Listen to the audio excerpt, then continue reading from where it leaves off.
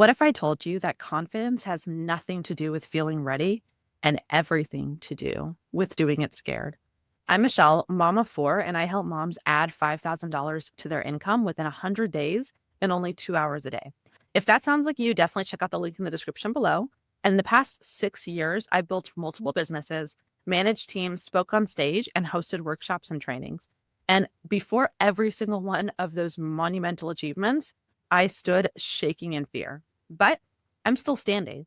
So if you've ever wondered how to stay calm, stop overthinking, and how to build real confidence, here's how. First, I want you to understand confidence is the result, not the cause. You can sit there in front of a mirror and say all the affirmations you want, but affirmations don't change you if you don't believe it. Confidence comes from action. So take action on the things that you've been trying to do. Take action on becoming the type of person that you want to become. If you say you're going to do something, actually doing, right? If you keep promises, especially when you don't want to, then you will begin to trust in yourself and your abilities. Let me tell you a little story. When I was a kid in elementary school, as embarrassing as it is, I could not touch my toes. I was the only child in existence who was not flexible enough to touch their toes. I spent my entire life believing that touching my toes was just something that other people could do and not me. Until one day I was 23 years old and I decided I'm going to change my own narrative and I'm going to become the person that I want to become.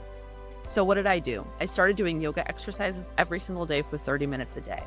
And within a couple of months, I touched my toes for the very first time. Now it sounds silly because it is a silly example, but it's real and it's true. And it changed the narrative for me and showed me that I was capable of doing the things that I believed I couldn't do. That mindset shift allows me to make promises and keep them. Why? Because I've done it before. Because confidence is the result. It's not the cause. It's not that I had all the confidence in the world to be able to touch my toes. It's because I touched my toes and I did what I needed to do to get to that point that I have the confidence that I can now shape my narrative and I can become the person I've always wanted to become. Because belief doesn't come before accomplishment, it comes from accomplishment. Think about Roger Bannister, right? The 4-minute mile. I'm sure we've all heard that story. Roger Bannister is the first person to run a mile in 4 minutes or less. Before that, it was believed by everybody that it was simply impossible, that humans couldn't do it. But just because he realized that just because someone hasn't done it or because I haven't done it, doesn't mean that I shouldn't try. And what did he do? He broke the 4-minute mile. The amazing part of this is that once he broke that 4-minute mile, within 6 months, many more people did it. Just because the narrative had changed. It went from impossible to doable. And when you realize that if someone else has done it before, it is doable for you. So having confidence does not have to come before taking action. In fact, confidence never comes before taking action. Confidence comes as a result. And think about it this way. Success, it doesn't discriminate. All success asks is, did you put in the work? So when you ask, how is that person so confident? They've done the work for the things that you've not done. Keep in mind, your brain looks for evidence. If you're constantly sitting on the couch thinking, I'm not going to be the person that's going to get my life together, have a clean home, and lose the weight that I want to lose, your brain is going to see the evidence for that, which is my home is a mess. I'm sitting on the couch all day long. Therefore, of course, I'm not that person. You're not going to get the confidence for something that you've never done. But you will become confident once you've done something and realized that you didn't die and everything's okay. It takes a lot of courage to do things that we're scared to do. And it's what I always teach my children, which is that courage is not the absence of fear. It's doing it anyway. And so it takes a lot of courage to do the things that you have to do to see the results that give you the confidence to be able to do it without fear. And eventually what's going to happen is the confidence will take over with or without the fear. Meaning you can be afraid and still have the confidence and know that, yes, I'm afraid, but those feelings mean nothing because I've done stuff like this before. And honestly, doing things that you don't want to do is a muscle. It's just like when you have children and they don't want to do their homework. You have to train them to do the things that they don't want to do. And we're the same way. You have to exercise this muscle, which means that the more times that you do things that you don't want to do, the easier it'll become. The same is true for doing things that scare us. And if you track your progress, it holds you accountable, which also helps you see progress over time. Because remember, our brain looks for data. Our brain looks for, did it actually happen? I want to see the evidence. And so when you have data and experience that tells our brain that our own narrative is not true, meaning if you're sitting there and telling yourself, I am someone who's overweight and I will never be in shape, but you're getting up and you're exercising, your brain cannot believe that narrative. Why? Because the data and the evidence is contradictory to it.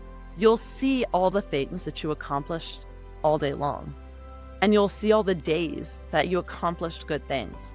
You'll realize all that you have accomplished and achieved over time, and you'll realize that you are a new person, and you'll believe the new person that you're trying to be. Now, if you're struggling with doing the things that it takes to start to see some of that progress, start small. A lot of times we take on challenges that are too big for us, and we have to be humble enough to say that maybe today the best I can do is make my bed, but that's still progress. It takes humility to realize that if we have to run the dishwasher twice instead of hand washing the dishes before they go in the dishwasher, then that's what it takes for us to get clean dishes. I once met a lady, and she had mentioned that she didn't like being as overweight as she was. And I said, what can we do to help you with that? And she said, well, I have some genetic conditions that makes it harder for me to lose weight. And here's the thing, that may be true. The successful people have no less struggles in their life. They just choose to do it anyway. And ultimately it comes down to this. What's the alternative? If you're struggling in that specific example with losing weight, but you have a condition that makes it harder to lose weight, it just means you have to work that much harder. And it doesn't make that goal any less important. And when you hit that goal, you will have more confidence than the average person hitting that goal. Why? Because you worked harder for it. But sometimes you just have to start small. So instead of taking on this big challenge of losing all this weight with a genetic condition, maybe you start off with, I'm going to start waking up earlier. Once that gets easy, I'm going to start using that time to go on a walk in the morning. Once that gets easy, I'm going to start using that time to do a full-fledged exercise, and I'll do my walk later in the day. As that gets easier, I'm going to start swapping out some meals. Maybe on Mondays, instead of this, I'll have this. Over time, it's going to compound, and you'll get the data, and you'll get the experience, and you'll get the knowledge to tell your brain that you are now a new person. Because we're the sum of all the things that we do. And lastly, surround yourself with people who are going to encourage you. Having friends and family who will support you is huge.